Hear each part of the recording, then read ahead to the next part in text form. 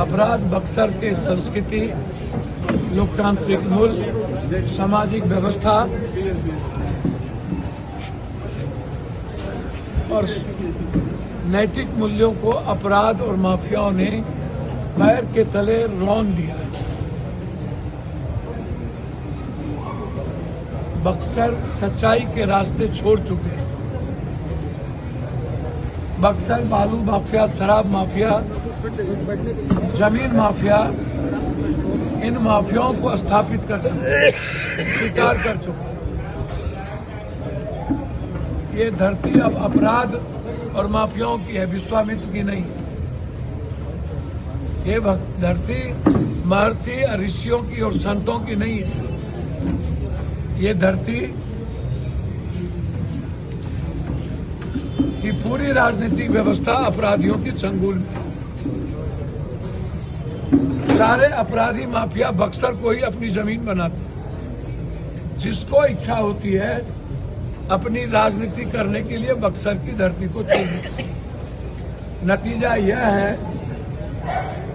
कि 5 दिनों में 9 से 12 हत्या, नरसंहार, अर्जुन यादव की हत्या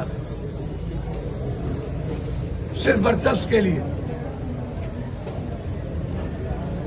और समाज में यदि वर्चस्व के लिए आम आदमी की जिंदगी को नासूर बनाया जाए तो फिर लोकतंत्र खत्म हो जाएगा, कानून पर से विश्वास उड़ जाएगा, फिर आम आदमी के रास्ते बंद हो जाए, फिर न्याय व्यवस्था खत्म हो जाए। इसलिए मैं इस परिवार की सुरक्षा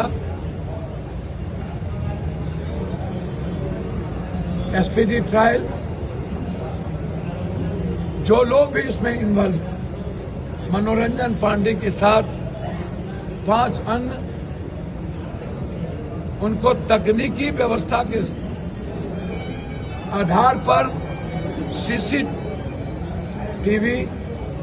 कॉल डिटेल, उस वक्त जिस वक्त अर्जुन यादव की हत्या की गई थी उसके इर्द गिर्द कौन कौन मोबाइल का लोकेशन था, कौन कौन लोग थे, पूरी सीडीआर और किन किन से बातचीत होती थी, अर्जुन यादव को मरवाने में और किन किन की भूमिका है।